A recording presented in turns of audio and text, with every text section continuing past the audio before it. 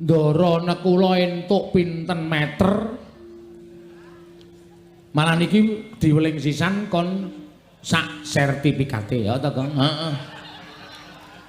Nek ora ngono ndak meng apus-apus tok saiki nek ora meng nyata didelok. Upamane Sinuwun Prabu Mandura paring lahan Mandaraka sak cuwil apa sak propirane ning kudu disertifikati. Nya, Petruk iki aturna anakku Nekula Sedewa iki lemah iki kon dadi darbeke Nekula Sedewa. Wondene sertifikat iki men digadekke Bagong. Biasane ngono kuwi ngomong. Kuwi sing ngomong sapa? Aku ngono. Kuwi nek omong senengane ora mungkin Ndara Salya kok menehi sertifikat karo kowe. Mbok menawa butuh dit. Lho. Ndara Salya kok butuh dit iki butuh dit nggo apa iki ratu Gong. Ratu ki sasa ya kekurangan lho. Ora ana ratu ki malah wong sugih-sugih ngono kadang kala sok kebingungan golek dit.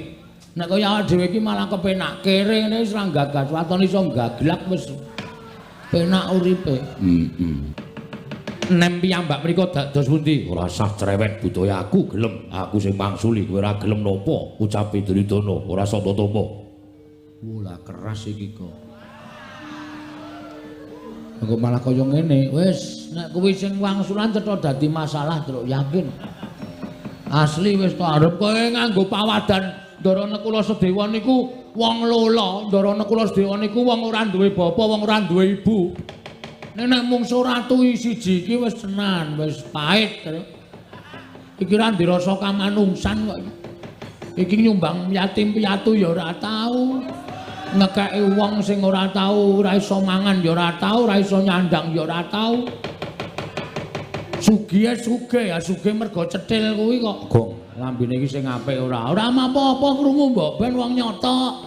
Aku ki nek omong nek nyata ora masalah dirungokke karo sing tak unekke iki. Nek nesu tandangane. Tandangi piye? Maksudnya ya tak tandangane karo kowe barang. Lho kok karo aku barang iki piye? Aku ora wani kok. Wah, lah piye ya wis berarti aku rasa omongan. Ora rasa omongan ora Petruk. Nun. Ane ming do rangkul-rangkulan nangis, mbangane Bagong weruh Ndara kula do nangis. Lu wong Bagong sing kudu iso nentrenke atine Ndara kula. Jagat Dewa Bathara Paman. Wonten dawuh pripun? Pancen cah siji niku pekok tenan. Yes, Anggris gelem omongan kok malah ngungkuli sapa-sapa. Ora usah cerewet ni. Rasa melu, apa meneh kowe sing ngene kowe iki ora duwe hak melu pertemuan kaya ngene iki. Iki pertemuane bapak karo anak sing ngandum warisan. Kowe kok nyelo-nyelo, kowe iki ora ning negarane dhewe, ora ning negarane wong liya mesti mbebutek kahanan negara kowe. Paman, wonten dawuh badhe wangsulan majeng mriki. Sampun.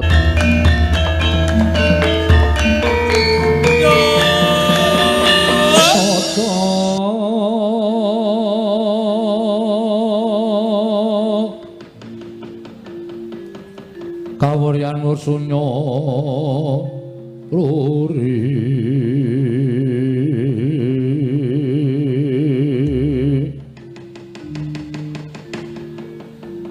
ora mangrehing ukara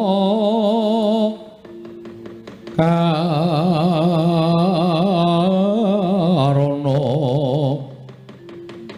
tanpa palupi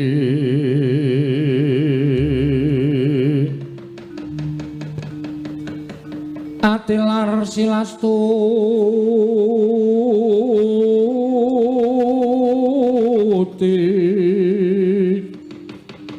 Sujana Sarjana kalulun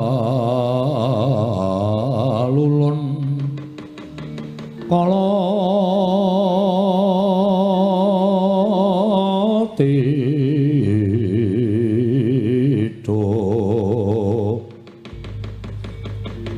tidem tandaning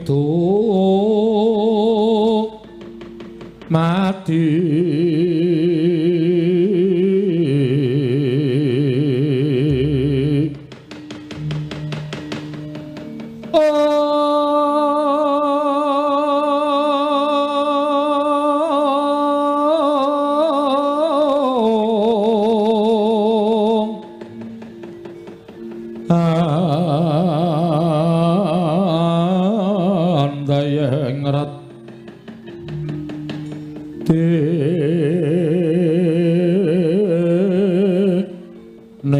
ban rubeda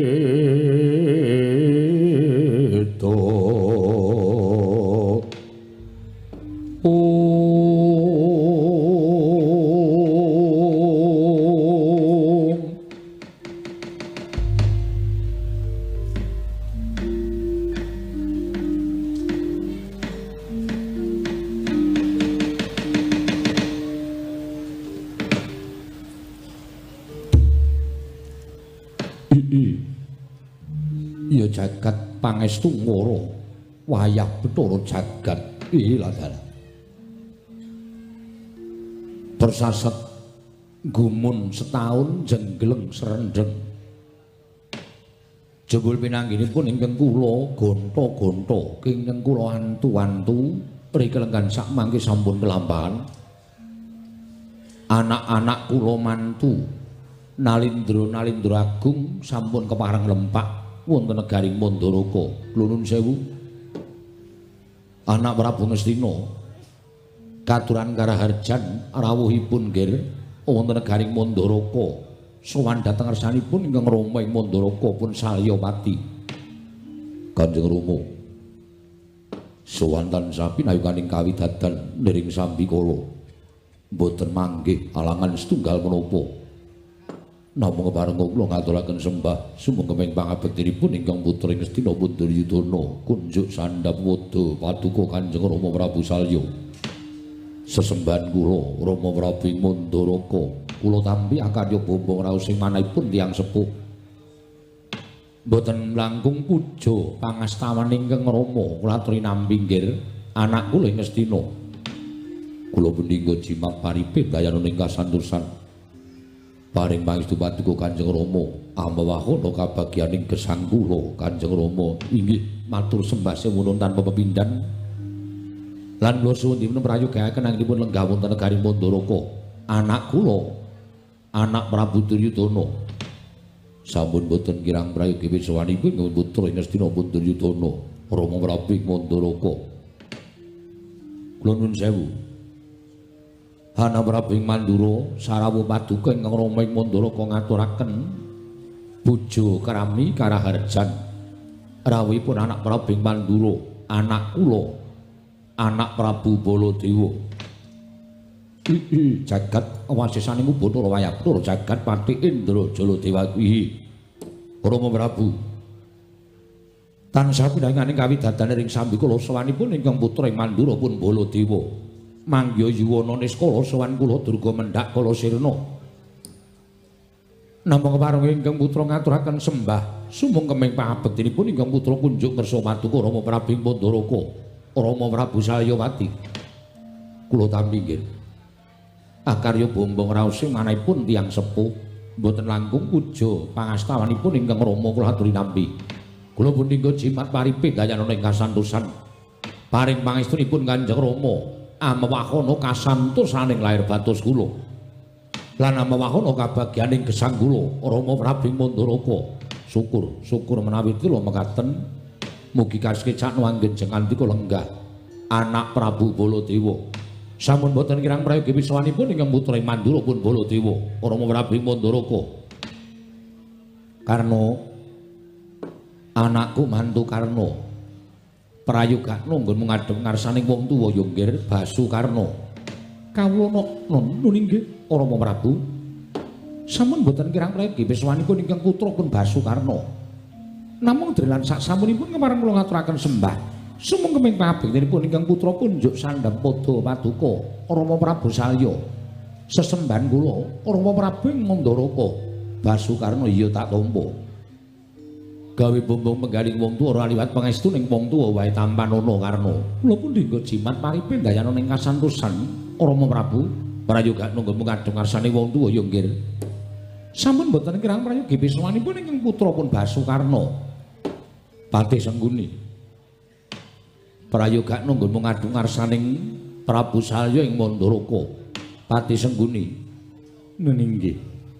Sinuwun sampun boten kirang prayogi wiswanipun ing ngabdi kepatihan.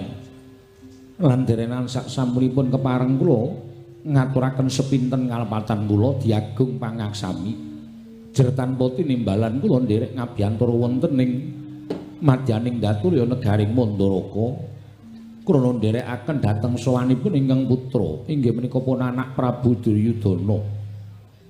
Sowan kula manggih niskala kepareng kula ngaturaken sembah bekti kula kunjuk sinuwun. Ya Suman ora dadi ngopo.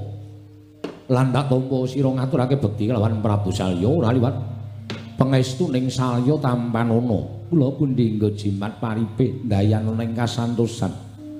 Landak jaluk gandeng dina samangga iki jeneng ingsun nglumpukake marang Atmajaku. Utamane Atmajaku mantu ingkang lenggah ana ing Ngastina, Mandura lan Ngawangga. Sabab dina samengko panjenengan ingsun dya babar wigati ning pasewakan ingkang ana gandeng cenenge kelawan negara Mandaraka tegese iki rembug kulawarga Mandaraka. Tak jaluk kanthi banget yen ora tinimbalan dening Prabu Salya ndak suwun kaya aja sambung rembug ya Suman. Kula ngestaken dawuh paduka anak sinuwun Prabu Salya. Menapa sampun paduka dawuhaken badhe kula candhingga jimat syukur yen to mengkono. Kula nuwun sewu, nggih anak Prabu Ngastina wonten dawuh Kanjeng Rama. Anak Prabu Mandura wonten timbalan Kanjeng Rama karna wonten timbalan Rama Prabu. Mestinipun andadosaken kagiat sutaning galih. Menapa to sababipun kula atur nawala dhateng anak kula ing Ngastina, menapa dene kula atur nawala dhateng anak kula ing Mandura. Bilih kalenggan menika paduka kekalih kula suwun supados rawuh wonten negari Mandaraka. Badhe wonten rembag ingkang nedya kula babaraken madyaning kedhaton negari Mandaraka ingkang sakmangke kula nyuwun udu penemunipun anak-anak kula. Nadyan namung wujudipun anak mantu nanging pangraos kula sampun kula rengkuh dados dene anak kula piyambak. Mila mboten maneh menawi babagan menika kula aturaken dhateng sinuwun Prabu Duryudana Mandura apa dene sira Karna. Kanjeng Rama ndadosaken kagiat sutaning manahipun ingkang putra ing Ngastina. Dene kula nampi nawala suraosipun nawala pirik lenggan maning menika ingkang putra ing Ngastina katimbalan sowan Rama. Samangke kaselak nata ling batos ingkang tan bangkit pinambeng. Daya-daya kula mangertosi menapa to sababipun paduka Kanjeng Rama nimbali pisowanipun ingkang putra ing Ngastina Duryudana. Kula mbabarana ingkang sejati ingkang putra dya nganglungaken jangga nilingaken karna. Semanten ugi kula Rama mboten kados adat sabenipun teka ngane-anehi dene paduka paring nawala dhateng ingkang putra ing Mandura pun Baladewa. Sareng kula buka surasaning nawala ngandhap piyambak wonten tapa astanipun Rama Prabu Mandaraka. Wanjing-jing ngantos kula gelak lampah kula daya-daya Prabu negari Mandaraka pengangkaing batos kula. Mboten wonten sanes kejawi namung enggal kula menika saged mundi dawuh timbalanipun tiyang sepuh kula ing Mandaraka. Inggih mekaten Rama Prabu. Dumunten ingkang putra ing Mandura pun Baladewa. Nyadong timbalanipun paduka Kanjeng Rama menggah menapa to sababipun dene janur gunung kadingaren jengandika Rama Prabu ing Mandaraka nglempakaken sangganing para putra mantu paduka. Rama nadyan ingkang putra ing Ngawangga semanten ugi kula tadah wadana upami sowan kula menika mangke badhe nampi dedukan saking paduka Kanjeng Rama kula mboten badhe selak menawi nampi banjaran lajeng lelabuhan menapa ing sampun kula tindakaken upami kula kedah nampi kewajiban kautus paduka Kanjeng Rama monggo kula aturi paring dawuh kadhawana kula mbeta barang ing awat mlampahi ing tebih kula mboten badhe swala tertentu tansah mastuti sabda tapa paduka Rama Prabu Mandaraka Rama Prabu Salyapati sesembahan kula hanjra ingkang puspita rum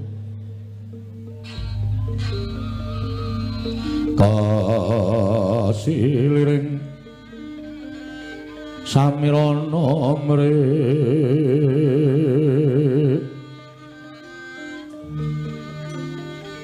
om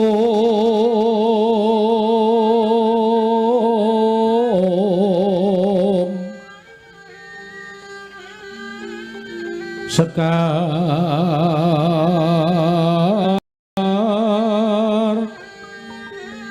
katon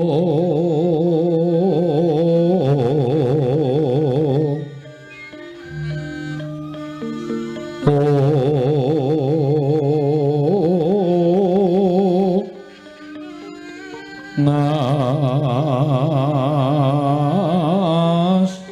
gandanyo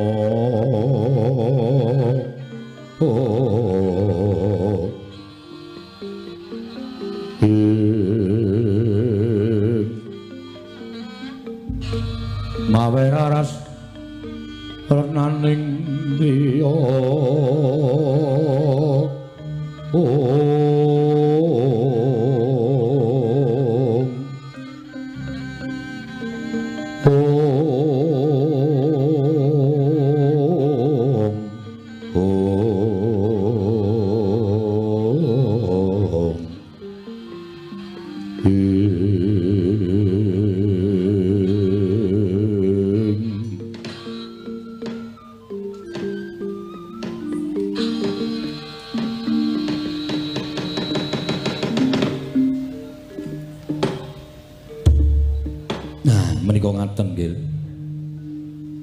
sareng kula nampi timbalanipun anak-anak kula mantu anak Prabu Ngastina anak Prabu Duryudana apa dene anakku Karna ing Ngawangga kaselak ing batos kepingin enggal midhangetaken menapa ing badhe kula handharaken madyaning pasewakan tumuntun sak mangke radi cumeplong manahipun tiyang sepuh kados ingkang Rama Salya ing Mandaraka Rama Prabu kasinggihan mekaten Rama Prabu tumuntun kababarna kula menika sampun sepuh kula menika sampun keladuk sepuh monggo anggen kula ngasta bawat peperintah negari Mandaraka menika saksedanipun Prabu Mandrapati kula sampun dados nalindra tasih muda kula sampun sinengkuyung dening para kawula lenggah dampar keprabaning Mandaraka ngantos seprigi kula menika imbanipun sampun kewowoken kula menika sampun kewowoken kula menika sampun kewaregen kula menika sampun boten badhe sulap malih kalian derajat tuwin pangkat menapa manih kadonyan kula sampun kewowoken nyawang gelaring jagat kula sampun kewaregen dadi nalindra menika bungah susah pun kula lakoni amis bajin kula wis tau nglakoni iki mila nalika semanten kula menika metan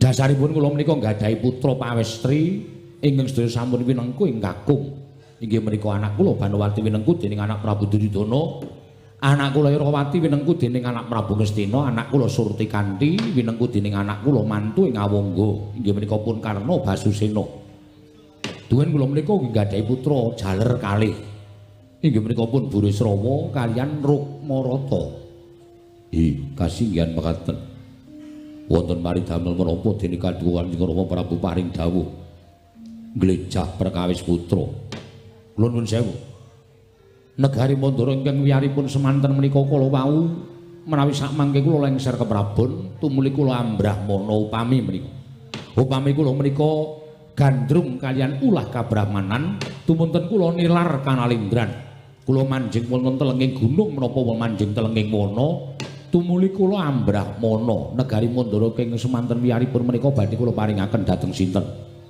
kula paringaken dhateng sinten tangan kula nek kula paringke kali anak kula Rukmarata menika tesih bocah dasaripun wong dadi ratu menika kudu kuat lahir batine kudu iso tumangkar pikire jalaran nalindra menika wong kang sinampiran pakaryan nyekel kendho kencenging pernatan amis baji ning negara menika wonten pundhake nalindra inggih langkung-langkung menawi kula paringaken dhateng pun Burisrawa upami kula paringaken dhateng Burisrawa kula nuwun sewu apa ora entek alas entek omah Burisrawa menika nuwun sewu tata krama ora duwe unggah-ungguh menika dipun singkur remanipun saben dina namung ropian-ropian seneng-seneng nguja hawa ngegungake dumeh anak nalindra ing Mandaraka tumunten tumindakipun boten nama mokal tumuli nggadahi watak adigang adigung adiguna monggo wong salwangsur kula emutaken bebasanipun sampun boten kirang-kirang anggen kula ngemutaken dhateng pun Burisrawa ewadene nadyan sak kranjang koplak ucape wong tuwa kaya kula niki ora tau dianggo dening si Burisrawa. Mula kula pasrah. Dumunten wonten Prentuling penggalih kaduk ingkang Rama ing Mandaraka. Negari menika badhe kula prail-prail. Negari menika badhe kula prail-prail. Tegesipun anak kula piyambak ugi pikantuk, anak kula mantu ugi pikantuk. Supados samangke kanggo kamuktenipun anak-anak kula wadon ingkang sami gempil kamukten wonten negari Ngastina Mandura menapa dewe wonten negari Ngawangga. Inggih. Mila anak-anak kula supados rawuh wonten negari Mandaraka menika estunipun kula namung badhe nyuwun pamanggih. Kula namung badhe nyuwun pamanggih menawi ingkang Rama sak mangke sampun samapta ing gati sawiga ing diri lengser keprabon nilar dhateng kadunyan negari Mandaraka tumunten kula ambrahmana upami lho mriki. Lajeng negari menika kula pasrahaken dhateng anak kula mantu ing Ngastina, anak kula mantu ing Mandura, tumuli anak kula mantu ing Ngawangga menika etanganipun kados pundi kula nyuwun dawuh. Mergi nadan kula menika sampun sepuh sing jeneng wong tuwa menika adaanipun sok ngendelke pengalaman ning nek pintere kalah karo cah nom. Inggih. Mila antawisipun pengalaman kaliyan kepinteran menika kedadipun dadosaken setunggal. Kula sampun gadhahi pengalaman, anak-anak kula mantu nalindra muda menika kula suwun supados udu penemu babagan perkawis menika kula nyuwun dipun pernahaken. Kula nyuwun dipun pernahaken. Menapa sampun leres kula menika matur kados mekaten lan gadhahi pemanggih kados mekaten menapa tasih kapetang lepat. Nggih, kula nyuwun dawuh. Siang Pantara ratri hamung cipta pukulun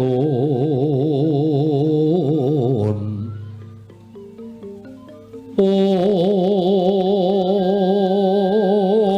tanana liwan kaheksi mila katur kang cundha maneh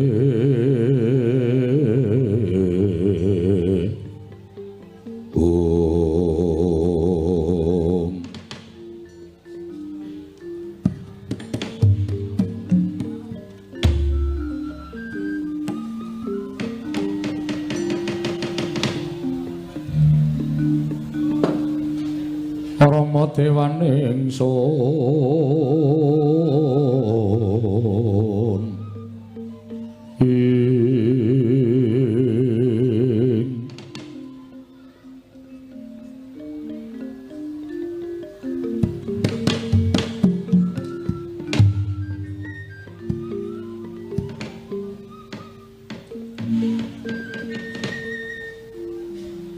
Nunamit pasang Kalimantabi tinebine nglodhone Demawahing Tawang Tuwa. Rama Prabu. Anak kula ing Mandura wonten dawuh menapa nggih? Kula nuwun pamunten. Aradi kejut karo sing manahipun ingkang putra ing Mandura pun Baladewa. Dene mekaten wiya sing pangandika paduka. Mboten kanthi kanyana-nyana. Mongke ingkang gumana musik wonten manahipun ingkang putra ing Mandura. Ingkang putra katimbalan sowan wonten negari Mandaraka menika, alit-alitipun negari menika katrak ladu batang pinurih dadi ajahing rempun. Tegesipun wonten alindra ing badhe anjungkeng kawibawanipun Kanjeng Rama Prabu ing Mandaraka. Monggo kali negari Mandaraka ketaman ribet awit saking polaing para nayaka lan para punggawa, nanging jebul boten nyana babar pisan. Bilih mekaten wiya sing pangandika paduka Rama Prabu ngrembak perkawis waris negari Mandaraka. Lho nuwun pamunten Rama. Menawi paduka Rama Prabu paring dawuh mekaten, kula ingkang putra mantu ingkang sepisanan badhe munjuk atur. Kula mboten cocok, kula mboten mathuk, tuwin mboten gathuk. Dasaripun kedamawi dasar lho nggih. Sampun ngantos paring pangandikan menika namung waton paring pangandikan, ning paring pangandikan sing nganggo waton. Dasaripun menapa? Niki rembuke wong tuwa. Anak kula ing Mandura mboten rembakan kaliyan Alindra. Sak sesaminipun yuswanipun utawi sakbaraan, nanging panjenengan rembakan kaliyan tiyang sepuh. Dasaripun menapa? Dasaripun wonten. Cobi kula nyuwun dawuh. Dasaripun anak kula ing Mandura paring dawuh mekaten dasaripun nuwun pangapunten. Menawi katiti priksa saking blegering lair Rama Prabu menika tasih ketingal gagah pideksa angka kalih dereng keladuk yuswa tegesipun dereng pikun. Monggo nyatanipun tiyang ngasta bawat pemerintah negari menika menawi tasih tumangkar budinipun tasih rasa ngumrembyahaken asta njangkahaken suku menika tasih wenang asta bawat pemerintahan. Nuwun pangapunten. Rama menika tasih katingal mudha. Rama Prabu menika nadyan sepuh nanging kula waspaosaken tuwin kula taliti bab ata bebayunipun lan prabéda kelawan ingkang putra ing Mandura. Bila menawi paduka Rama Prabu ngrembak perkawis menika kula mboten cocok, kula mboten mathuk. Nuwun sewu. Nuwun sewu nggih. Tiyang gesang wonten ing alam padang menika ingkang ngraosaken awakipun piyambak. Nadyan tiyang sanes menika sami nyebat Wula Salya kae iki wis tuwa ning ketok gagah. Salya kae wis tuwa, wah pasuryane mundhak mencorong lan sanes-sanesipun menika namung panggerbanipun tiyang sanes. Ning sing iso ngrasake perkara kula niku wis tuwa apa durung, perkara kula niku wis ringkih apa durung menika namung awakipun piyambak. Panjenengan ora iso ngrasake Salya, semanten ugi kula ora iso ngrasake anak Prabu Mandura. Menika sampun pinesti dhateng Kodrating Wang Manasa. Monggo raos kula menika sampun keladuk yuswa. Paningal kula sampun boten cetha, ucap kula sok kepleset-pleset klera-kleru. Sukunipun ing Rama ing Mandaraka menika menawi kinarya jumangkah menika estunipun sampun boten kiyat. Nanging gandeng kula menika boten kepengin dipun wastani Nalendra sing ringkih. Mula pendak-pendak diprisani piyai akeh kula kuat-kuatke nggih. Kula kuat-kuatke. Ning iso ngrasake ming Salya. Angka kalih wong gesang wonten ing alam padang menika namung telung perkawis. Lair netepi kewajiban, mati cekap ngaten kemawon mboten wonten sanesipun. Lair Salya sampun nindakaken wonten ing jagat tegesipun kula sampun nglampahi tataran ingkang angka setunggal. Angka loro netepi kewajiban. Kula wis dadi ratu sing apik, kula wis dadi ratu sing becik. Negara Mandaraka katon tentrem, negara Mandaraka katon makmur. Kawulane padha sayuk, rukun tetunggalan manunggal, tunggal cipta rasa karsa lan karyane. Angka loro, negara Mandaraka menika dereng nate ketekan mungsuh. Negara Mandaraka menika dereng nate ketekan mungsuh. Mbuh mungsuh saka njaba utawa mungsuh ingkang bakal ngrogoti negara Mandaraka menika sami boten wantun. Tegesipun kula sampun dados Nalendra ingkang sae. Upami wonten kula mesti saged ngrampungi perkawis menika kanthi tuntas. Anak-anak kula wis mentas kabeh. Anak kula Irawati wis pinengku garwa panjenengan, anak kula Surtikandi pinengku garwa anak kula Karna, anak kula Banwati pinengku garwa pun anak Prabu Duryudana. Nek anak lanang kuwi tumrap Salya, kula mesti mulang karo anak kula lanang aja gampang semendhi marang panguwasaning wong tuwa. Ning kulinakna bebodro dhewe. Sampun jangkep to? Sampun jangkep. Dados dinten sak mangke kula menika namung menggalihaken dhateng awak kula piyambak, uripe Salya kuwi sak teruse kepiye. Kula namung pados kepengin pados sangu kinarya sowan dhateng panguwasaning dat kamurweng dat. Nek wis entuk sangu sing cukup tumuli kula pasrah ngenteni jidaring pasti. Patine Salya menika ya manut karo panguwasaning Gusti Ngakarya jagat. Ning sadurunge kula menika ninggal jagat, apa-apa wis temata, negara wis temata, kabeh wis katon kepenak disawang. Lek kula sowan ngersaning Gusti mangke upami titiwancine wis nekani niku ora kesandung-sandung, ora kesrimpet-srimpet lakune. Mila bab menika panjenengan sampun ngantos duwuh. Namung kula suwun iguh pertikelipun bab negari menika kedahipun kados pundi? Rama Prabu wonten dawuh. Kula nuwun sewu. Kula badhe nyuwun pirsa dhateng Rama Prabu. Menapa panjenenganipun badhe merail negari Mandaraka menika tumrapipun paduka Kanjeng Rama Prabu kedah adil ing samukawisipun kudu adil. Menawi boten adil sampun ngantos kula menika disebut sebut Nalendra ingkang Bancindhe Banciladan. Menawi kedah adil mesinipun putra paduka menika boten namung menika. Kejawi kadang kula Yayi Rukmarata lan Yayi Brisrawa. Nanging estunipun ugi wonten ingkang nggadahi hak tumraping warisan negari Mandaraka. Mangke riye? Sinten nggih? sinten ingkang gadhahi hak tumrapi negari Mandaraka. Nuwun pamunten. Kadang kula ing sawejajar tuwin Gumira Tawu. Inggih menika pun kula Sedewa. Menapa Rama Prabu boten welas, menapa Rama Prabu boten gadhahi raos tresna asih dhatengan Majapaduka. Jernyatanipun kula Sedewa menika wiwit lair sampun tinilar dening tiyang sepuhipun. Tiyang sepuhipun sami seda sudarmanipun binanjut dening panguwasaning dewa, tumuli ibunipun seda kunduran. Tegesipun lare kalih menika Lula. Lare kalih menika Lula. Wiwit cilik dimong karo Pandhawa, karo kakangne telu, Puntadewa, Werkudara lan Janaka. Menapa Rama Prabu boten wonten mrenthul raosipun badhe maringaken boten ketang sekedhik negari ing Mandaraka dhateng kang putrapun Nekula Sedewa, Rama Prabu.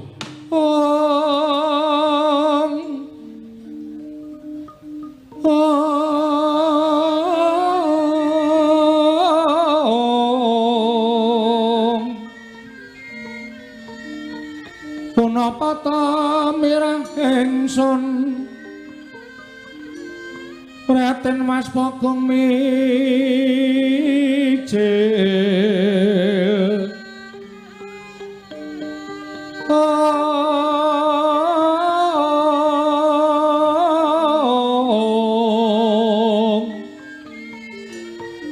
Tuda tanpa karya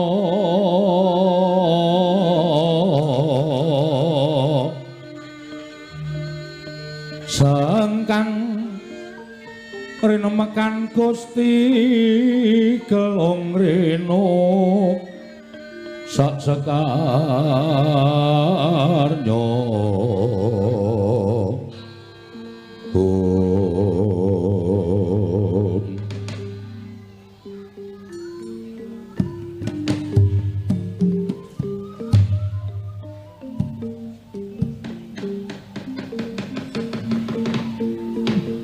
jagat Dewa Bathara ya jagat pangestu nggir matur nuwun jeng andika anak kula ing Mandura ngemutaken dhateng ingkang Rama ing Mandaraka nadyan persasat kaya cinaca ing Bajralungit ngantos sepriki ngantos kula mboten kemutan dhateng anak-anak kula piyambak mongko menika kulit daging kula kula kelingan jaman nalika nalindring Ngastina binanjut dening panguwasaning dewa tumuli adi kula Madrim nalika semanten seda kunduran Nekula Sedewa nalika semanten kula gendhong tumunten ate kula janji nggir kowe dadi bocah Lala kowe bayi wis ditinggal bapakmu wis ditinggal mbokmu seksenana jagat saisine yen nganti sesuk kowe dewasa negara Mandaraka ora ketang sithik kowe kudu melu ngrasakake kamukten. Aduh. Anak Prabu Mandura matur nuwun. Dene jengan dika ngemutaken dhateng ingkang Rama ing Mandaraka. Malah sak mangke cetha bilih kula tetepaken anak kula Nekula Sedewa ugi kedah pikantuk mboten ketang sekedhik inggih menika negari ing Mandaraka. Lho nuwun sewu Rama Prabu. Anak kula ing Ngastina wonten dawuh. Sewu-sewu kalawatanipun ingkang putra Tadawadana. Menawi mekaten caranipun tegesipun Kanjeng Rama Prabu menika nerak pacak nerajang perbatang. Liripun nuwun sewu setunggal menika sanes turas paduka Rama Prabu angka kalih menika atmajanipun ingkang rayi. Inggih menika pun Kanjeng Bibi Madrim. Mestinipun turas wanita menika mboten gadhahi hak tumrapi negari Mandaraka. Menawi jengandika Kanjeng Rama Prabu ing Mandaraka paring dawuh mekaten tegesipun negari Mandaraka menika mangke badhe bibrah tatananipun mboten badhe sami pitados dhateng pangawaosipun negari Mandaraka. Kula mboten mathuk, kula mboten sarujuk, kula mboten cocok menawi jengandika Rama Prabu paring dawuh mekaten. Nuwun sewu Yai. Nuwun sewu. Sewu-sewu kalampatanipun ingkang Rama Tadawadana. Nanging menawi mekaten menika caranipun sak mangke paduka Yai Prabu menika badhe inggih menika njlomprongaken dhateng asmanipun ingkang Rama piyambak dhateng juranging kanistan. Tegesipun satunggaling nalindra ingkang boten saged ngugemi dhateng menapa ing sampun dipun sumpahaken. Mongko nyatanipun Kanjeng Rama Prabu menika sampun paring dawuh boten ketang sekedhik. Nakula Sadewa ugi badhe pikantuk laladan negaring Mandaraka. Nyuwun pangapunten. Langkung sae nerak dhateng menapa ing sampun dipun sabdakaken menapa nerak dhateng pernataning praja. Kula kinten sedaya dereng saged midhangetaken lan dereng saged ngawruhi babagan upatanipun Kanjeng Rama Prabu Mandaraka. Anggenipun sampun nate paring sepata bilih Nakula Sedewa ugi pikantuk laladan negaring Mandaraka. Tumrap kula saenipun babagan menika dipun jabel ning cara kula jengandika Rama Prabu tetep boten maringaken negari dhateng pun Nakula Sedewa menika langkung prayogi. Nuwun sewu. Menawi mekaten menika mangke upami para kawula boten saged midhangetaken upatanipun Kanjeng Rama Prabu Salya nanging Rama Prabu badhe pikantuk denda saking dewa. Mongko nyatanipun Kanjeng Rama Prabu menika badhe pados margi kasampurnan ingkang sejati. Inggih menika nglebur dhateng sedaya dosa tuwin tumindak ingkang sae kinarya sangu anggenipun badhe murut wonten ing kasedan jati. Upami sak mangke sampun titi wanci badhe mapan wonten ing Lokabaka. Nyuwun pangapunten. Menawi cara kula hawluh entuk dendaning Jawata tinimbang entuk dendaning kawula. Nek entuk dendaning kawula menika badhe dipun sipati dhateng sinten kemawon. Nek entuk dendaning Jawata sapa sing ngerti jer menungsane wis mudhar. Tumrap kula boten dados sabab menawi cara kula sak mangke Nakula Sedewa menika boten gadhahi hak warisan tumraping negari Mandaraka. Kula nuwun sewu nggih. Ingkang sekawit kula mboten pikantuk urun rembab namung tumrap kula kok menika kula perlu udu penemu. Ya, Sengguni. Ning sing apik-apik wae ya Sengguni. Inggih, nggih. Mugi-mugi dalu menika saged sae. Menapa ingkang klaturaken dhateng Paduka Gusti kula ingkang sinuwun penemu piye? Miturut kula menapa dipun ngendikaken anak Prabu Ngastina menika leres. Jengandika nguncati sumpah menika badhe pikantuk dendaning dewa. Ning nek jengandika menika kula nuwun sewu. Nguncati dhateng menapa sampun Paduka ngendikaken menika kula nuwun sewu badhe pikantuk dendaning para kawula. Dipun anggep menika nalindra mbanci ndemban siladan. Menawi cara kula aluwung nguncati sumpah menika cara kula luwih tentrem, luwih ayem. Perkara sesuk kudu disaur nggone wis ngoncati sumpah srana kudu nanggung apa ingkang wis dilakoni menika perkawisipun kalian para Jawata. Urusan kali dewa niku tumrap kula luwih enteng tinimbang urusan karo kawula. Nek kawula meniki urusaning karo kawula meniki sing ngrasake sastra wirang, ning nek karo dewa niku sinten sing ngertos. Mila sumpah ingkang sampun Paduka ucapaken nalika angemban dhateng punaden Nakula Sedewa nalika tasih jejabang rumiyin menawi saking pamrayogi kula dipun terak kemawon sinuwun sampun ngantos dipun leksanani menika langkung prayogi sinten ingkang ngertos mumpun ingkang sami mireng namung sedaya ingkang sami lenggah wonten ing Datulaya mboten ngantos dumugi jawining parapatan menawi ngantos dumugi jawining parapatan menika langkung bebayani lho sinuwun. Sikra-sikra yen permana kanca Sikra Raden Nawang Sesangka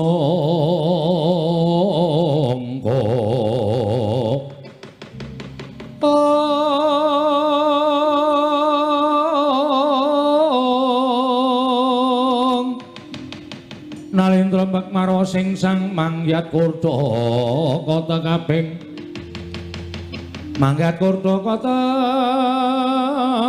kaping irika sang binarwasa Irika sang binarwasa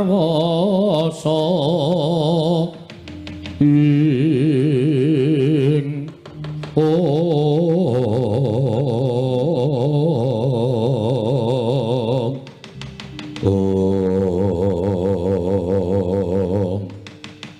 Sidemadaning pasewagan nalika sampun jantangan manjanipun Rekyara Patih Harya Sengkuni tinampi nata ing Mandaraka Prabu Salya ndadosaken legeng penggaling sanata Prabu Salya ngrenggahi kanyut nangka wardu kanyut ujare waganten wadu jare wakeca nginango durung abange durung manding jasaring pertara kasaru geger njaba yang ngarsa tamping muri sebar punamu apa to kang dadi tarunane ora numancan kekurangan Gajah Medha saka Wandilan kejawi namung sawanipun utusan sae negari Ngamarta nenggih abdi kinasih negari Ngamarta ingkang nyerpepeh pindha sata matarangan karya cingak kang samya mulat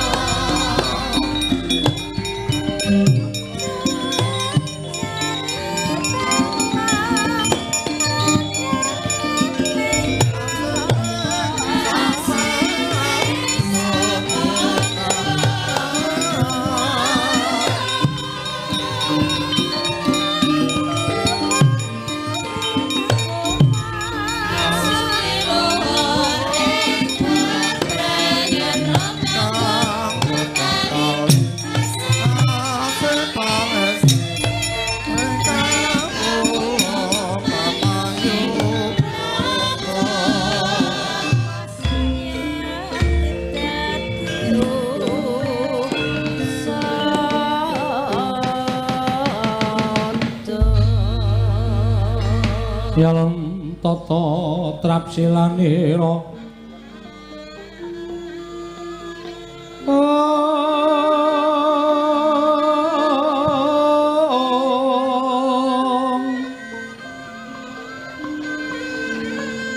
ngajamaken astanira kalih astanira kalih pisan yen ngandika magawe apranta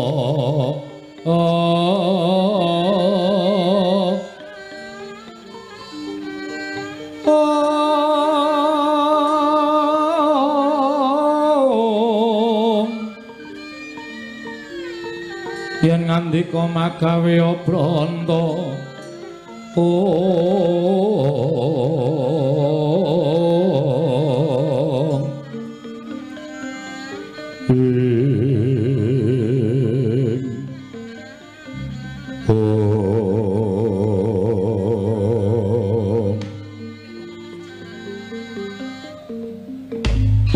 jagat wajisanmu Bathara Wayatur jagat wiladal gawe kaget ora panglingi kirak Petruk sowan ning negara Mandaraka lah kok janur gunung Kadingaren.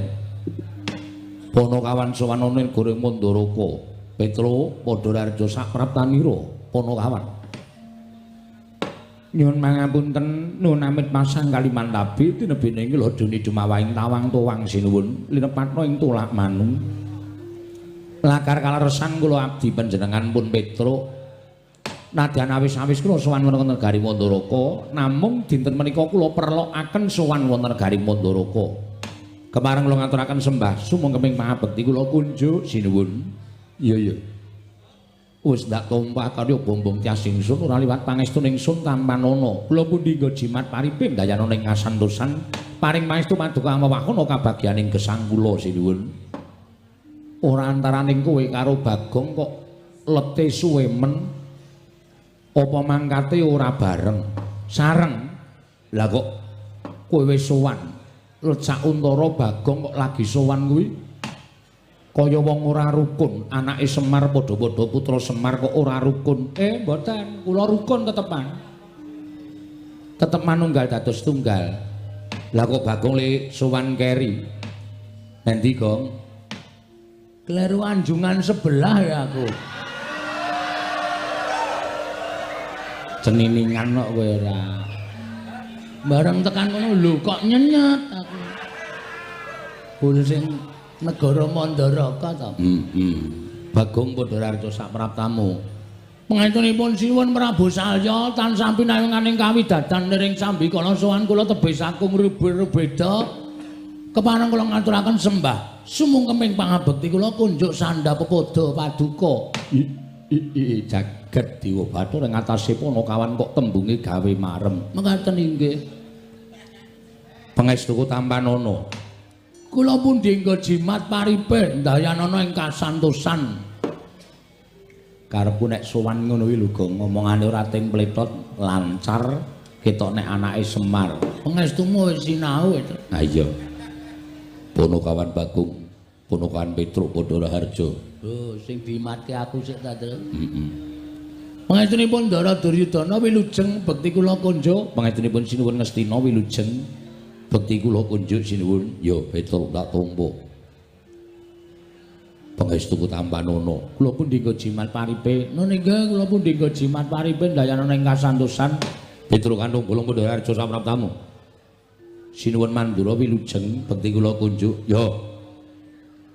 Pangestuku Tampanana Petruk, kula pundi nggo jimat paripin dayanana ing kasantosan. Panakawan Bagong padha rarja sapraptamu.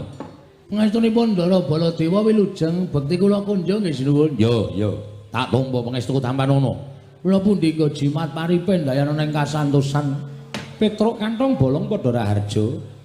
Sinuwun Karna Basusena ing Awangga wilujeng bekti kula kunjuk. Ya Petruk, ndak tampa pangestuku Tampanana Petruk. Nun nggih sanget anggen kawula ndadosaken jimat. Panakawan Bagong padha rarja sapraptamu. Pangestunipun Ndara Karna Basusena wilujeng bekti kula kunjuk nggih sinuwun. Iya Bagong. Pangestuku Tampanana kula pundi nggo jimat paripe dayanana ing kasantosan amawahana kabagyaning gesang kula. Petruk wonten dawuh sinuwun. Gawe kaget sowan mongko tanpa tinimbalan gage. Yen pancen saka karepmu dhewe kowe matura wigatine apa yen diutus bapakmu duwe perlu apa. Nanging yen to kowe diutus pundenmu Pandhawa. Pandhawa duwe atur apa kelawan aku ing nalindring Mandaraka Petruk.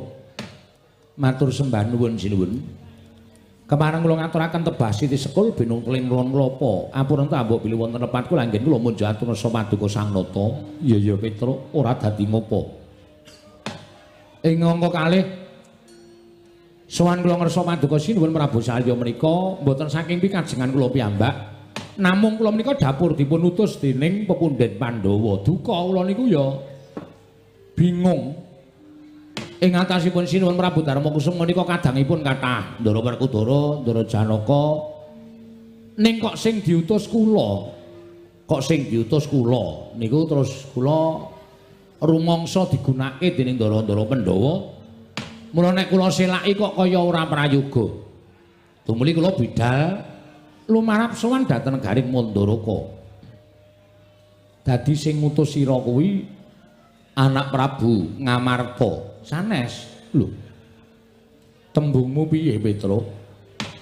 Panci kula menika bidhal saking negari Ngamarta. Ning kula menika mboten dipun utus Sinuwun Prabu Darma Kusuma, nanging kula menika dipun utus rayine Sinuwun Prabu Darma Kusuma inggih menika Ndara Nekula Ndara Sedewa. Lho. Anakku Nekula Sedewa utusan kelawan sira Petruk nggih. Merga sareng kula nyuwun priksa, lah kok kula Den, kok kula sing didhawuhi supados wonten negara Mandaraka. Terus Ndara Nekula Sedewa paring dawuh, "Lah sapa to, Truk? Wong aku ki tiba ragil. Nek aku kongkonan ayaka, mengko ndak perkara iki ngabar tekan ndi papan, mula kowe sing iso primpen nyimpen wewadi iki, kowe tak utus ngersaning Kanjeng Prabu Mandaraka, kowe matura apa sing tak weling." Ngaten niku. Anakku Nekula Sedewa weling apa karo kowe? Lan bakal matur apa? Nuwun sewu. Duka saking sinten kula dhewe ya ora dong. Ning kok Ndara Nekula Sedewa niku prisa. Prisa nalika Sinuwun Mandaraka tau tate ngucap sumpah.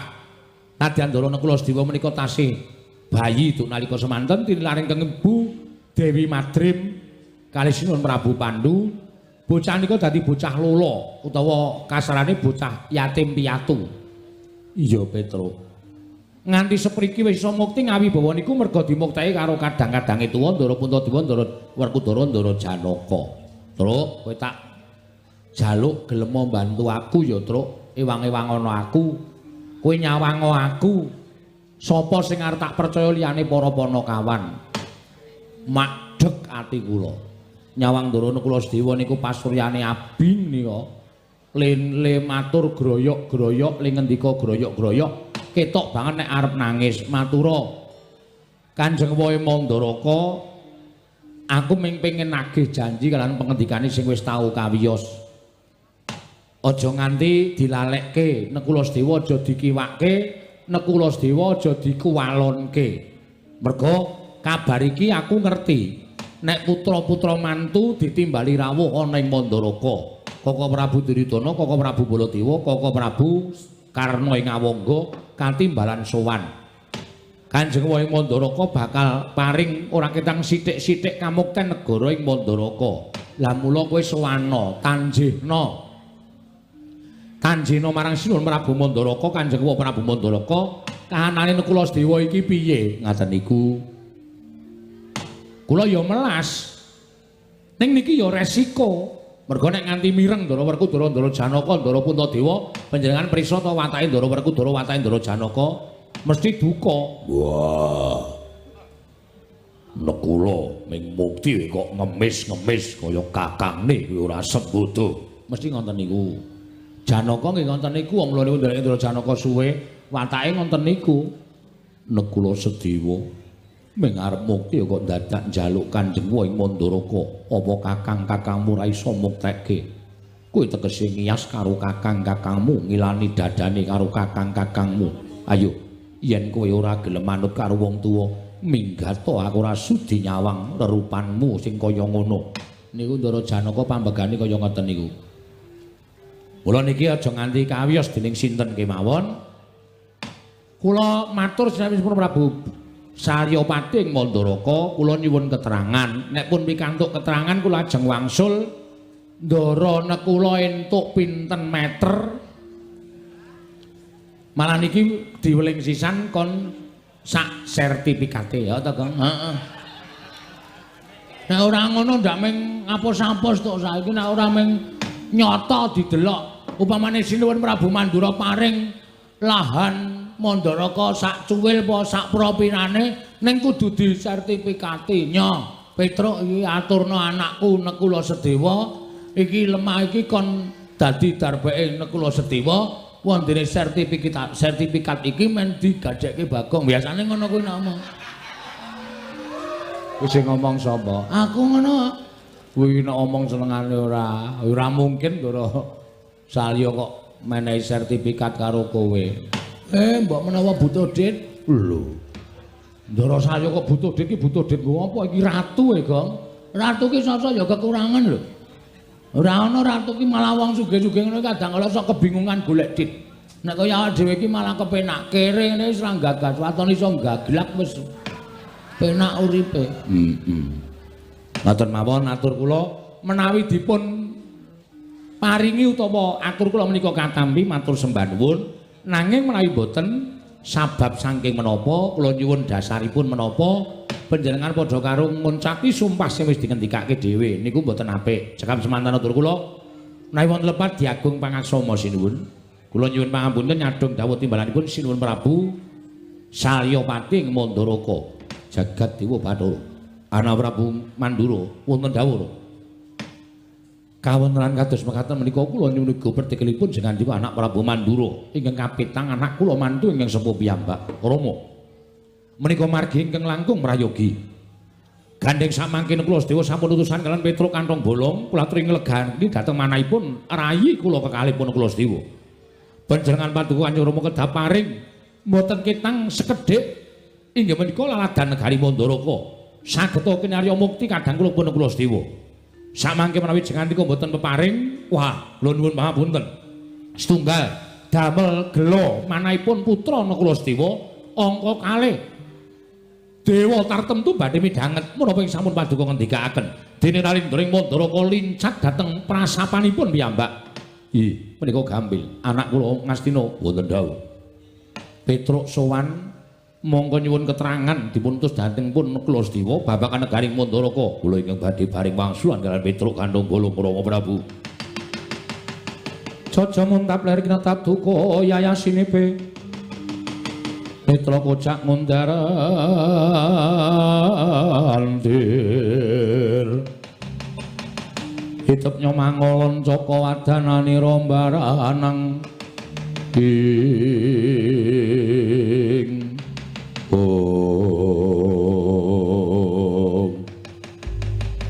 Petruk lho nyuwun pangapunten menika sinuwun Ngastina. Yo.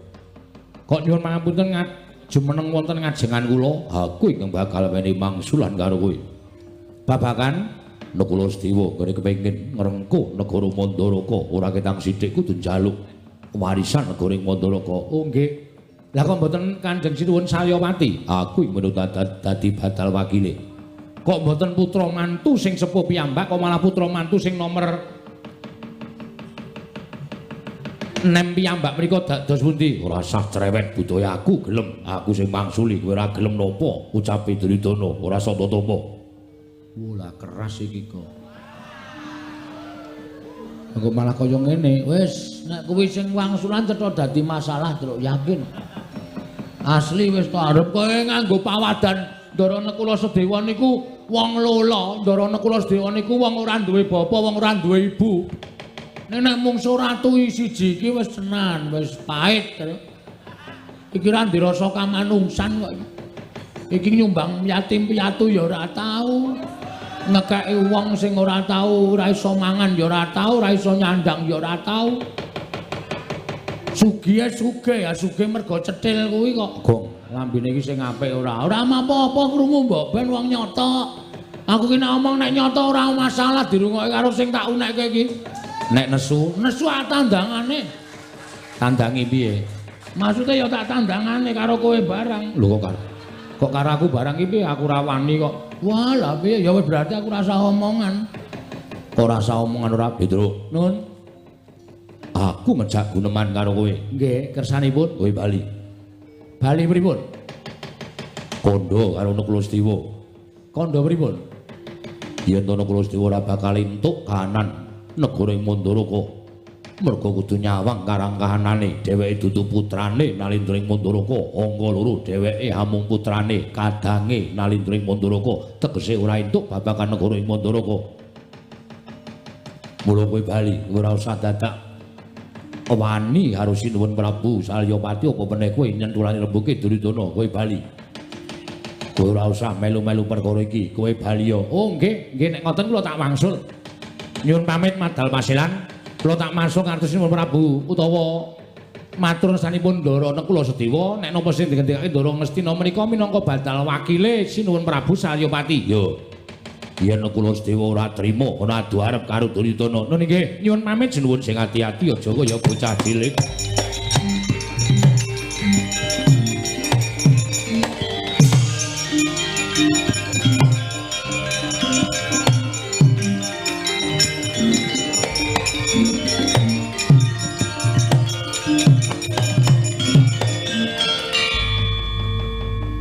Bagong isih nang kene. Isih ana perlu e.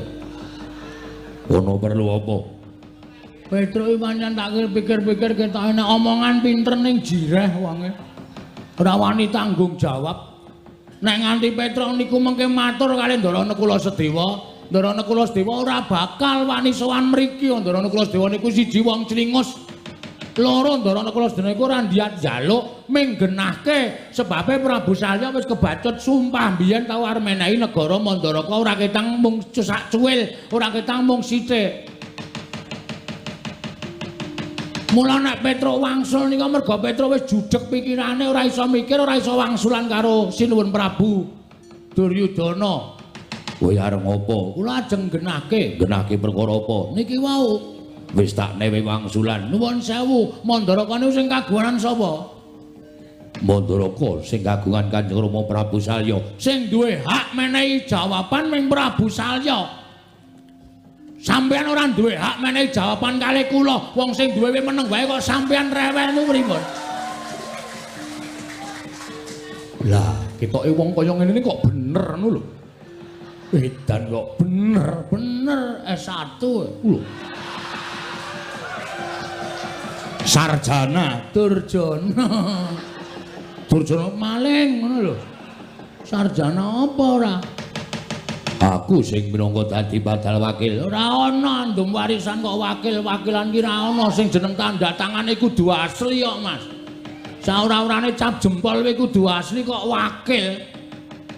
Ha sampeyan nek pancen wakil terus niki pripun nek diwakil kabeh? Ora iso. Sinuwun Prabu Salya sing duwe hak. Pokoke Bagong nek ora sing wangsulan Prabu Salya ning paring pangandikan Prabu Salya, aja kok kon metu. Ora gelem kula ajeng metu saka negara Mandaraka. Petruk wis bali. Kajenge Petruk mulih ya men. Petruk mulih ra entuk gawe ming netangis karo Ndarana Kula Sedewa. Sumanten ngersane Ndarana Kula Sedewa, "Ndara, niki kula entuk wangsulan saking Prabu Duryudana, kahanane kaya ngeten. Wong loro nika ming nangis. Satriya ora duwe bapak, ora duwe simbok." Arep sambat ro kakane malah didukani, anane ming do rangkul-rangkulan nangis. Mbangane Bagong weruh Ndara kula do nangis. Luwung Bagong sing kudu iso nentrenke atine Ndara kula. Jagat Dewa Bathara Paman. Wonten dawuh pripun? Pancen cah siji niku pekok tenan. Yes, anggris gelem omongan kok malah ngungkuli sapa-sapa. Ora usah cerewet ni. Rasa melu, apa meneh kowe sing ngene kowe iki ora duwe hak melu pertemuan kaya ngene iki. Iki pertemuane bapak karo anak sing ngandum warisan. Kowe kok nyelo-nyelo, kowe iki ora ning negarane dhewe, ora ning negarane wong liya mesti mbebutek kahanan negara kowe. Bapak wonten dawuh badhe wangsulan majeng mriki. Sampun mboten mawon. Ndak malah kewirangan, Ger, malah ngrekoso urip kula. Kowe kudu lunga. Mboten ajeng lunga. Bagus. Wonten dawuh. Yen ora lunga tegese kowe wani karo Duryudana. Lho nuwun sewu, kula nek ora marahi. Kula nek diwarahi niku nek upama kula landhesane siji bener, niku ambok karo sapa-sapa kula ora wedi. Nah niku patokan kula mung ngoten sinuwun. Tur kula teng mriki nggih bener wong sing duwe negara dudu sampeyan kok sampeyan sing paring dawuh, sampeyan sing mangsuli. Emoh. Kula ya bener, merga kula kepengin midhanget sabdanipun Prabu Salya Pating Mandraguna. Mandaraka. Saking mempeng kowe kleru. Aku anake mantu, luwe-luwe anake mantu. Ngono ta? Nek kowe ora ngepek anake Prabu Salya, kowe ya dudu anak mantu, kowe ya dudu sapa-sapa. Sing duwe aming Prabu Salya, Yayi. Bagong menika nadanipun menapak-menapakaken dasaripun leres. Panjenengan wayu pawadan menapa-menapa tartemtu kawon. Mila kula aturi ngawon, tinimbangane mangke panjenengan malah kewirangan. Yayi, menapa dipun ngendi? Aturaken Bagong menika cocok tuwin leres. Jagat Dewa Bathara.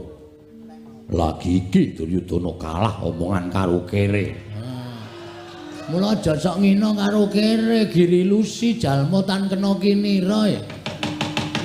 Wujute kaya ngene iki ning aja disawang wujute. Ah, iki lagi arep kondiang aku. Di streaming to iki padahal wong akeh do ngerti nek Duryudana kalah adu argumen karo Bagong. Argumen ki apa? Argumen iku napa? Mbuh. Aku ki iso omong ora iso jelaske. Iso maca nang koran-koran kae. Malah kepirangan. Mungsuh Bagong ora iso nanduki omongane Bagong. Paman dos pundipun lenggah mawon ingkang sekeca kajenge anak Prabu Salya ingkang paring dawuh nuwun sewu sinuwun Salya ingkang paring dawuh. Bagong, wonten dawuh. Aku durung iso menehi keterangan sing gumathok. Sampeyan ampun melu-melu lho. Sampeyan aja melu-melu Prabu Duryudana lho, duwe adeg-adeg lho. Ratu nek ra ndek adeg-adeg mung rubo-rubo gedang. Sing kene ambruk rono sampeyan ambruk rono, sing kene ambruk mrene sampeyan ambruk mrene. Nggo ngopo gunane dadi ratu? Kudu duwe penemu dhewe. Babakan Ndara Nekulasedewa niki sampeyan kudu iso nengahi ora mesak penake dhewe. Ndur aku kono omong piye? Lho, lah piye biasane omong kok kono omong piye? Anggere omong biasane pripun? Aku durung iso nengahi, pikir aku isih bunek. Aku kudu piye kelawan anakku Nekulasedewa? Monggo aku wis kebacut sumpah. Ah monggo sampean ajeng nglintati sumpah sampean monggo. Ajeng maringi kali Ndara Nekulasedewa niku ya langkung apik, luwih becik. Bangane sampean ratu dunekke blendra-blendre kaya banyu tumumpang godhong sintik. Omongane ra iso digoceki. Nek cara kula malah isin. Ya wis. Yen ngene kowe mengko nusula Petruk nggih. Balya ning kasatriyan Sawujajar Bumila Tawu nggih. Yen to apa ingkang ature anakku Nekulasedewa lagi ndak pikir ning aja kuwatir. Mesti aku menehi sarta peparing karo anakku Nekulasedewa. Nah, ngono lho. Dadi ketok tentrem kahanane. Ngoten mawon malah prayogi, ngoten mawon kula nek ngoten kula nyuwun pamit. Yo. Ora ketang durung ana keterangan sing gumathok wis ana trontong-trontong sulake pepadang. Yo. Sampun nggih sinuwun. Yo sing ati-ati aja kaya bocah cilik. Nun nggih matur sembah nuwun. Sinuwun Duryudana kula nyuwun pamit. Ora caturan karo dapurmu. Ora caturan ya wis. Aku ora caturan karo kowe ya ora apa-apa. Aku bali ya seng. Kurang ajar ta. Aku ki patih kok mung disengseng. Patihe mambu kok. Mula jenenge Sengkuni. Iya sing ati-ati Bagong. Ya ngono wae penake nang kono. Iya wis ora kurang kepenak. Sinuwun mandala nyuwun pamit nggih. Ya sing ati-ati Bagong. Nyuwun pangestu mugi-mugi kula iso madhangke kahanan iki kali Ndara Nekulasedewa. Ya sing ati-ati. Ndara Karna kula nyuwun pamit. Ya Bagong sing ati-ati aja kaya bocah cilik. Nun nggih matur sembah nuwun cekap semanten. Ing dados atur kula menawi wonten lepatipun nyuwun pangasami kula nyuwun pamit. Ya sing ati-ati. Den, apa? Niku lho hartane arep dawah. Endi? Niku semampir tenggen sak. Niki kula openane ndak malah tiba. Lah malah dijukuk dhewe to. Ala ora apa-apa, ngoten mawon nyuwun pamit bareng. Ya sing ati-ati aja kaya bocah cilik Bagong.